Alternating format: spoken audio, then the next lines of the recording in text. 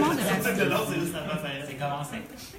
Ok, donc bonsoir, bienvenue à la soirée En mode drague, sommet En mode drague, 3e édition. Alors ce soir, on reçoit 3 artistes invités, 3 dragues en fait, pour un Q&A. Donc ça se passe actuellement au centre communautaire LGBTQ+, à Montréal. Donc toujours possible de venir nous rejoindre. C'est jusqu'à 21h30, donc je vais laisser nos dragues invités se présenter avant de débuter les questions. Bonjour tout le monde, moi je suis Jean-Philippe alias Dying Deer, j'ai fait de la drag queen depuis maintenant 7 ans. Mais ça va faire 7 ans en octobre et j'ai commencé avec Drag Moi il y a 7 ans en Amérique. Bonjour, alors je m'appelle Jean-François ou Rita Baga, ça fait 11 ans que je fais ce métier, donc j'ai maintenant 22 ans. Merci. OK. Bonjour, moi c'est Simon. Les gens m'appellent Pétula Clac au Cabaret Mado. Puis je suis une jeune drag queen, mais ça fait 1 an que je fais de la drague. Bon. Fait que moi aussi j'ai 22 ans. Parfait. Donc, maintenant que nos invités sont présentés, est-ce qu'on aurait notre première question dans la salle pour démarrer? Bon, je vais commencer. Donc, dans le fond, la dernière fois, on avait abordé une question que je trouvais hyper intéressante. Puis comme si vous êtes jeune et moins jeune. C'est moi le vieux. On va parler, en fond, des publics. En fait, c'était une question que je trouvais hyper pertinente la dernière fois. Entre Montréal, puis quand vous allez retourner dans des villes étrangères, genre à Québec ou à Sherbrooke ou ailleurs, quand vous faites des spectacles, c'est quoi la principale différence que vous observez de vos publics? Moi, j'ai remarqué beaucoup que quand c'est à l'extérieur, en partant, il y a déjà le monde qui vient nous voir à l'extérieur, c'est qu'ils veulent venir nous voir. Ça, on voit déjà qu'il y a plus un éblouissement dans le regard. Je trouve que pour eux autres aussi, c'est spécial une drag queen. Ils ne voient pas ça tout le temps. Contrairement à Montréal, on est comme un peu, presque, je dirais, pris pour acquis dans le sens qu'on est toujours là. Fait qu'on est moins un wow effect que du monde qui vient de l'extérieur. C'est comme les fins de semaine dans un certain bar, que c'est plus de l'extérieur que des touristes qui viennent. On voit déjà là que c'est déjà un public qui sont pas expérimentés en drag queen, qui découvrent le milieu et qui trouvent ça souvent soit fascinant ou étrange. Quand à Montréal, quand c'est un public montréalais, c'est plus friendly. Je trouve que c'est plus genre on est entre amis, on jase, on se comprend entre nous autres. Quand c'est à l'extérieur, c'est plus un effet, c'est plus un spectacle, ils viennent voir un spectacle. Fait que je trouve que l'effet wow est très différent quand c'est à l'extérieur et quand c'est à Montréal. C'est ce que je dis. C'est mon opinion. Moi, je dirais aussi que c'est une question de thématique par rapport aux clientèles, parce qu'au même endroit, comme au cabaret où est-ce qu'on travaille tous, au cabaret Mado, on a différentes thématiques, différentes soirées qui reach des clientèles différentes. Juste la semaine, on a des levées de fonds avec des groupes étudiants. Souvent, la majorité des gens qui sont dans la salle n'ont jamais vu de drag queen, ce qui fait que c'est un public gagné d'avance. On n'a pas besoin de faire grand-chose. Puis les gens sont déjà excités. C'est la première fois pour la plupart qu'ils voient une drague. Fait que ils sont énervés et excités d'être là, sont contents, sont enthousiastes. Versus une soirée comme le mardi où est-ce que c'est une clientèle plus régulière. Ben, là, on sent pas nécessairement qu'ils sont blasés, mais qu'ils en ont déjà vu. Donc là, c'est plus difficile d'avoir une excitation du public. Ça, c'est au sein du même établissement.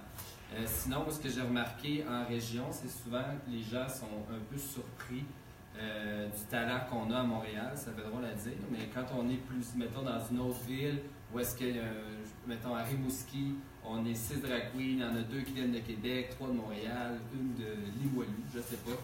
Ben souvent, ça ressort, Montréal, vous avez une bonne vibe de drag, vous avez des beaux looks, vous faites des beaux numéros. Fait que je pense qu'on gagne à être connu. Quand on est ailleurs, souvent, on se le fait dire que la communauté drag est très forte à Montréal. Puis je pense que ça se reflète aussi dans différentes villes, mais dans différents pays également. Moi, j'ai pas beaucoup voyagé parce que j'ai pas de voiture, puis c'est long marcher jusqu'à Québec.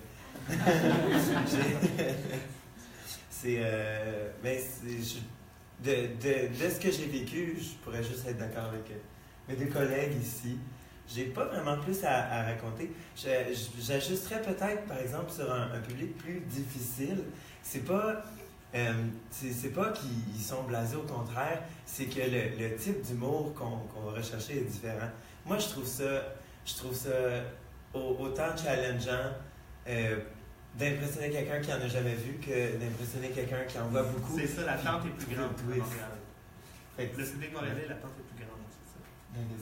Dans le sens, eux autres, puisqu'ils en ont vu vraiment beaucoup, ils s'attendent à plus, à être surpris. Ouais, mais ce qui est des fois le fun de sortir quelque chose que c'est tellement farfelu que la plupart du monde n'aurait pas compris, mais là, vu que le public sont là souvent, mais tu peux leur apporter quelque chose qui est vraiment poussé à l'extrême, tu sais, fait tu veux ça rend mauvais.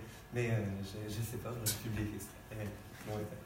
Mais la proposition aussi va être différente. Si c'est un numéro que tu as fait vraiment souvent, puis c'est un public régulier, bien là, à un moment donné, tu dis, enfin, encore ce numéro-là, tu sais. Fait que là, c'est un challenge pour nous autres aussi, comme en tant que performeurs, de se dire, bon, faut qu'on varie notre répertoire, faut qu'on fasse d'autres choses aussi. Parce que peu importe si y a une nouvelle personne, quelqu'un qui était là 10 fois, il faut se renouveler constamment. C'est pour ça que quand tu es sur la route, si tu peux te permettre de juste faire tout le temps le même numéro, tu ne vois jamais le même nombre de personnes. C'est juste toi qui vas être laser en deux fois. Oui, probablement. Et voici un secret de mes poèmes. Est-ce qu'il y a une question? Quelqu'un qui veut renchérir sur la discussion? Oui. Ben, juste. Je connais pas beaucoup là, le monde de la drague à Montréal, mais juste peut-être dire chacun c'est quoi votre origin story. Vous êtes qui? Comment vous avez commencé? J'ai dit ça recommence encore avec moi, ben moi, ça a commencé avec Drag-moi, la première édition. Drag-moi, dans le fond, c'est un concours qui visait à prendre du monde qui n'ont jamais fait de la drag queen et on leur apprend à faire de la drag queen pendant 3 mois. Puis ça se produit à chaque année d'ailleurs. Fait que encore du monde qui ont un peu d'expérience de drag queen ou qui n'en ont jamais fait veulent s'essayer. Ça commence avec des auditions. Et après, vous embarquez dans un processus de à chaque mercredi, vous avez un défi, puis vous apprenez à vous maquiller et à faire de la performance scénique. D'ailleurs, Rita, elle me jugeait à la première édition. Je jugeais. Oui. Parce que là, t'es pas payé pour. Voilà. C'est pas gratuit. Puis après, c'est ça. Puis après, de fil en aiguille, après, j'ai fait Miss Cocktail, que j'ai fini dans le top 6. En fait, j'ai été 4e. Après, j'ai fait Miss Sky, que je n'ai même pas passé les sélections. Mais après, c'est avec ça que le Sky, après, m'a engagé. J'ai été chutée de drag. Puis après chutée de drag, j'ai été Nanette. Puis là, après Nanette, là, je suis rendue ici régulière au Cabaret Mado, puis au Cocktail. Là, bientôt, en fait, je suis au Sky. Puis là, ici.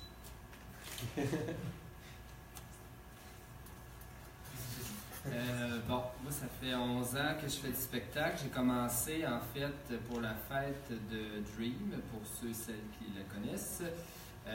C'était un ami, puis je faisais des comédies musicales avec d'autres drags qui la côtoyaient, puis elle me disait souvent, dans ce temps-là, on était un petit peu plus sur le party. Elle me disait, hey, j'aimerais faire un tour de moment. Si tu vas le faire pour sa fête, ça va être drôle. Donc, on lui avait fait une surprise, puis j'étais avec Marla et Célinda, qui étaient des amis que je connaissais, qui faisaient de la drague. Puis finalement, ça a bien fonctionné. Et Mado, elle nous a vus, puis elle trouvait que les trois ensemble, ça fonctionnait super bien. Fait que là, après ça, on était engagés, ce qu'on appelle maintenant plus des club kids. On était engagés pour avoir des looks, puis être dans le bar et faire le party. Je faisais même pas de chansons. J'étais payé pour boire, puis c'était vraiment ça. J'avais 25$ et 5 drink tickets, puis j'étais complètement scrap à tous les mardis. Ça allait durer un été complet. Après ça, ils ont dit bon, on pourrait peut-être essayer sur la scène aussi. Fait que là, j'ai commencé à faire les finales les mardis. Après ça, ça a été un numéro là. Et après ça, avec les Stooges, on a fait plusieurs spectacles ensemble, des grosses productions. Puis dans ce temps-là, il y avait moins de... Je parle déjà comme dans ce temps-là... À 22 ans, t'en as du vécu. Oui, c'est vrai. Dans ce temps-là, il y avait moins de shows de production comme qu'il y en a maintenant. Beaucoup de drags font des shows solo, hommage à tel artiste, mais il y en avait moins. Puis nous, c'était plus des dommages qu'on faisait. C'était interminable, ça durait 4 heures.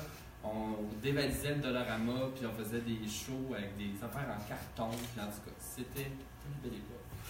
Et après ça, à un moment donné, j'ai décidé de faire un peu une Beyoncé ou une Diana Ross de moi-même dans le trio et de prendre plus de choses en solo, à gauche et à droite.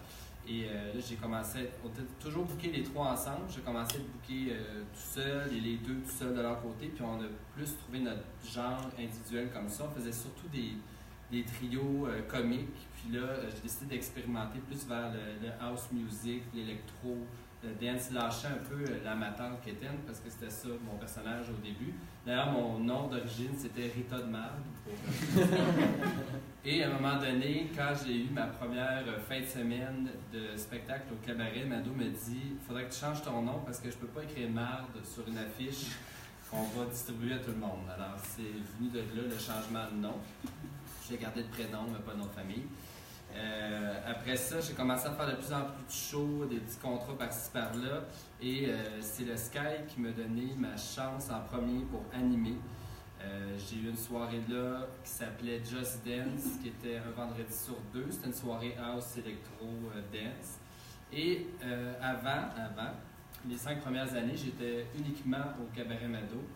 Et là, à un moment donné, je me suis dit, non, faut que j'essaie quelque chose d'autre aussi. Fait que là, j'ai commencé à faire des shows cocktails. Après ça, le Sky m'a engagé comme animatrice. Après ça, j'ai animé le Miss Sky. Et par la suite, les spectacles ont arrêté complètement au Sky. Et dans le même timing, Dream, la personne que j'avais fait un numéro pour sa fête, a quitté le Cabaret Mado. Et on m'a offert, ce qui est un peu drôle comme revirement de situation, mais d'animer la soirée qu'elle animait alors à l'époque. Et c'est devenu la soirée Bagalicious avec mon nom de famille de drague, qui a commencé en 2014, le 7 septembre 2014 pour être plus précis. Et après ça, j'ai pogné un petit trip de vouloir animer et produire et organiser des gros événements.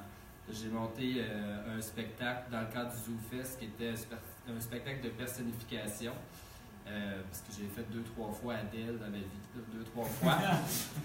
Puis on était une quinzaine à faire des personnifications, des sosies. Et après ça, j'ai eu l'envie folle à l'occasion de Fierté Canada l'année dernière de faire le concours MX Fierté Canada, qui était un concours de drague pan-canadien. Donc là, on avait ce concours-là dans 5 villes différentes, mais ça partait d'ici. Dans le fond, c'était chapeauté à partir d'ici. Puis là, j'avais des associations avec des organismes locaux qui organisaient leur propre partie. Et aux demi-finales, on amenait les 5 candidates retenus à Montréal pour finalement faire une compétition vraiment canadienne. Puis au final, c'est Barbada qui a gagné. Donc, Montréal représente. Voilà. Et aussi, par-ci, par-là, j'ai fait peut-être une vingtaine de shows, soit solo ou de groupe avec le monde du cabaret. Donc, des artistes avec qui on travaille souvent. Puis, je suis encore là les dimanches. Là, cette année, on a décidé de faire Mix Fierté Montréal, donc faire un peu la suite de Mix Fierté Canada. Alors, c'est le gros projet sur lequel je travaille. Et parallèlement, dans la vie de tous les jours, je m'occupe de la programmation et des ressources humaines pour Fierté Montréal. Donc, je monte aussi d'autres gros spectacles. Puis, des fois, les carrières se croisent, dépendamment. L'année passée, j'ai animé le show Drag Superstar avec Barbada, qui avait 12 drag queens de RuPaul Drag Race. Puis, là, on essaye de faire un petit peu de croisement entre des drags de RuPaul et des dragues locales, ce qui n'était pas fait avant, toujours un ou l'autre. Et là, on a refait ce principe-là le mois dernier au casino. Et là, cet été, je vais prendre ça plus relax parce que j'ai comme eu 2-3 ans de « Ah ouais, on fait des gros projets! » Là, cet été, je vais peut-être me calmer un peu. Peut-être, parce qu'à un moment donné... On fait la chance cette année. À un moment donné, on va se calmer.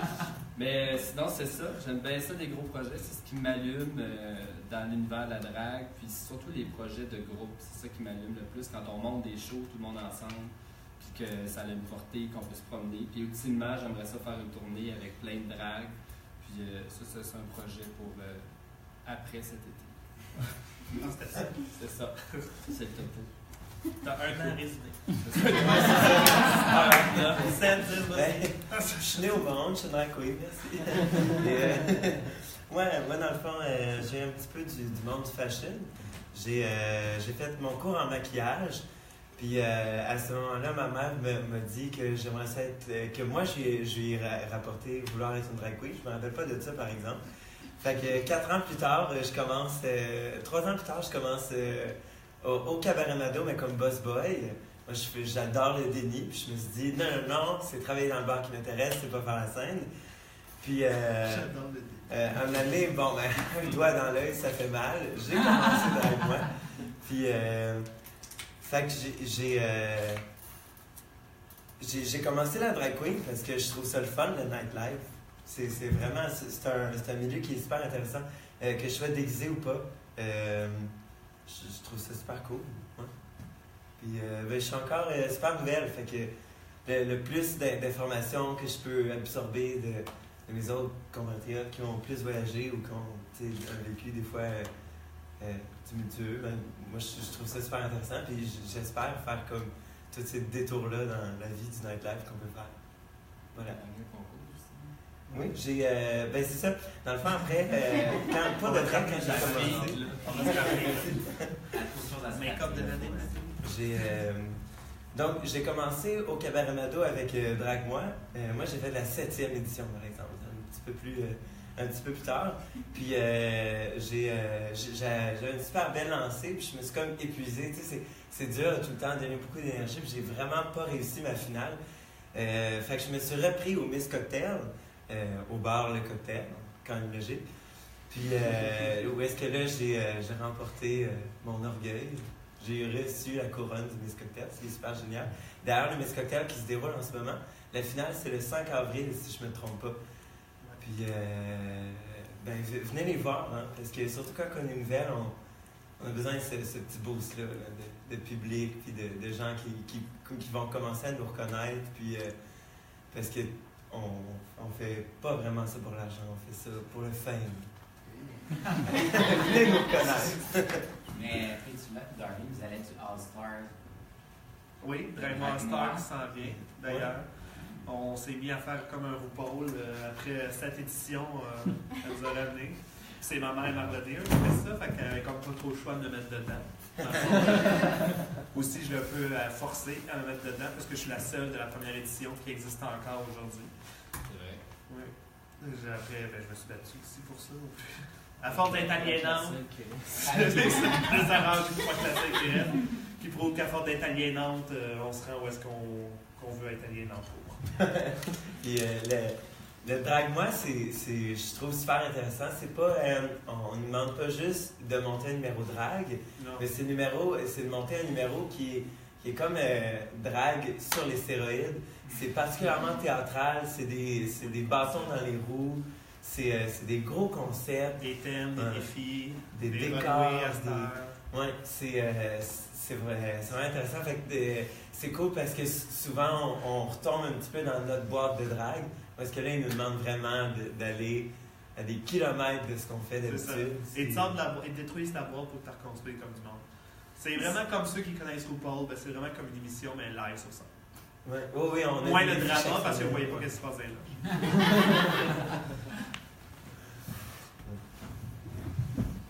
Est-ce qu'on avait une question?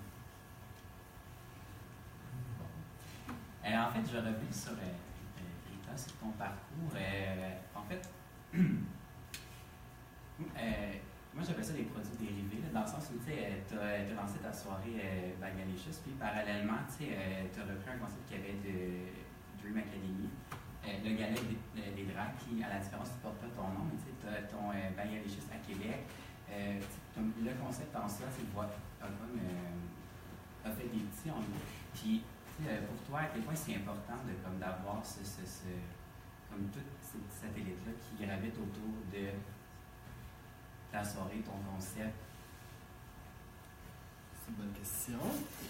En fait, pour ce qui est de Bagalicious à Québec, mettre un peu dans le contexte, ça fait longtemps que je fais des spectacles-là comme artiste invité à Québec. D'ailleurs, mon premier show payé, c'était à Québec, parce qu'au début, on se rappelle que je faisais juste boire. À Québec, ça a été mon premier vrai contrat. Je voulais vraiment animer là, puis quand ils ont vu que ça fonctionnait bien, les soirées les dimanches au Cabaret Mado, là, ils m'ont dit « Veux-tu faire ta même soirée, mais version Montréal et Québec ?» Donc c'est la moitié, c'est un merge des artistes de Québec, des artistes de Montréal. C'est une fois par mois d'ailleurs, vendredi, c'est le cas. Si vous êtes dans le coin, ça commence à 22h. Je trouve ça le fun d'avoir ça, parce qu'en même temps, les soirées sont différentes, mais les concepts sont un peu complémentaires. Parce que j'ai fait un test pour la nouvelle formule. Là, il y a eu 4 formules en 4 ans. Il y a 1.0, 2, 3.25, on a rendu. Puis là, c'était 4 par 4 la dernière. Et je fais toujours le test à Québec avant. On essaye de changer la formule. OK, ces blocs-là, on les colle, on fait un bloc thématique. Puis un va avec l'autre. Souvent, quand ça fonctionne bien à une place, ça fonctionne bien à l'autre aussi. Puis j'essaie de faire en sorte aussi de matcher les thèmes pour pas avoir les mêmes thèmes aux deux places. Ça, je trouve ça le fun.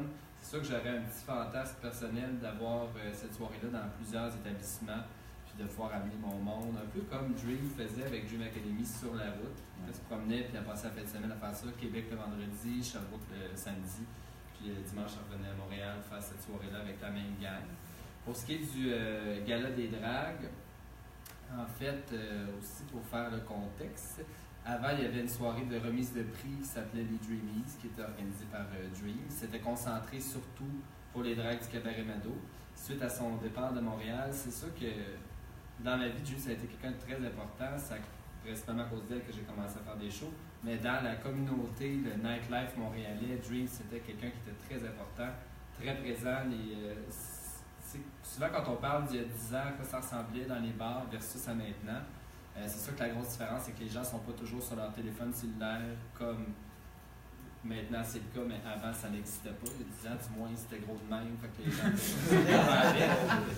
Puis, si tu avais besoin de rencontrer des gens, tu sortais. Donc, c'était vraiment pas la même ambiance. Les gens voulaient apprendre à se connaître. Puis, les gens étaient pas mal moins prudes et sur le party aussi parce que ça dégênait de prendre des shooters avec quelqu'un. Puis c'était pas la même ambiance. Donc dans ce temps-là, je recommence, deuxième fois, c'était pas la même vibe. Et pour revenir à Dream, elle avait décidé de monter une soirée pour récompenser, dans le fond, les dragues du cabaret. Puis c'était une soirée qui était surtout concentrée autour de la relève. Quand elle est partie, on a décidé de reprendre ce concept-là, mais d'intégrer le cocktail aussi. Donc là, on a changé de nom, c'est devenu le Gala des dragues. Puis c'était vraiment une collaboration cocktail Cabaret Mado. Donc on a monté ça, Michel Dorion et moi, avec d'autres dragues, un comité de drague, un comité externe aussi pour les votes, tout ça. Puis c'est la 3e année. Puis je sais pas, je me suis déjà posé la question, si mettons j'arrêtais demain matin, est-ce que quelqu'un reprendrait le flambeau du gala? Ben, je pense peut-être que pas celle-là que tu veux, par contre. Je sais pas. Mais on fait beaucoup d'heures extra en plus de tout ce que ça nécessite comme préparation, nos numéros, notre propre carrière en tant que tel. Comme individu, ça prend beaucoup de temps, mais il y a beaucoup de temps autre.